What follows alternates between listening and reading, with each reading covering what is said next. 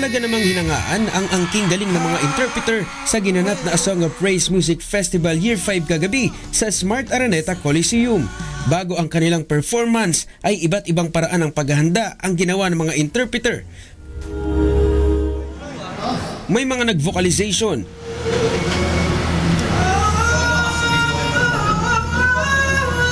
nag-practice ng dance choreography, at may mga paulit-ulit naman na nag-e-ensayo ng tono ng kanta nga awitin. Kaya naman sa aktwal nilang pag-awit ay yumanig ng mga paghiyaw at pagpalakpak ng mga fans at supporters sa buong dome.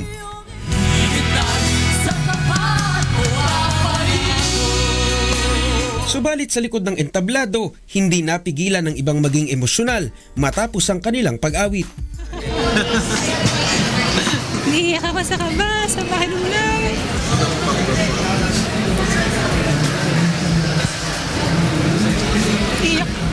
Iyak ako, ano ba yun?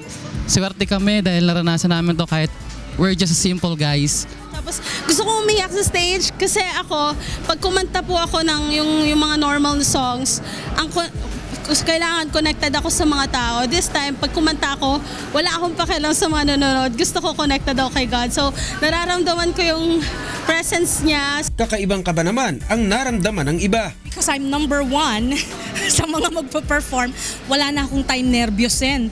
But once I got to the stage, I was like, oh, I was trembling. My goodness. I think po this is my 10 times na dito sa Araneta. But nung performance na, medyo nakakapangatalaman. Para naman sa ibang interpreter, walang katumbas na halaga ang karanasan sa Grand Finals ng ASOP Year 5. Isa to sa magiging milestone, isa sa most memorable gigs performances ko kasi I'm singing for the Lord.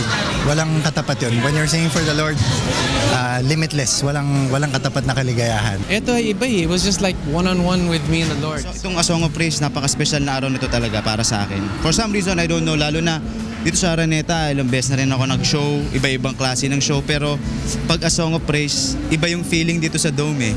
Parang filled ng Holy Spirit. Itinuring naman ng isa sa itinanghal na Best Interpreter na si Bugoy Drilon at nang umawit ng kumapit lang na siyang tinanghal na Song of the Year na pasasalamat sa Diyos ang kanilang performances. I don't think na competition siya. It's parang pasasalamat lang kay God. Thank you, Lord. Thank you sa ASOP, sa bumubuo ng ASOP na mabigyan ako ng ganitong opportunity na I have to sing a song for God. Ito po talaga kasi inaalay ko kay God. Kaya sobrang sinamahan niya po ako sa pagkanta ko na to. Maki Libradilla, UNTV News and Rescue, Philippines.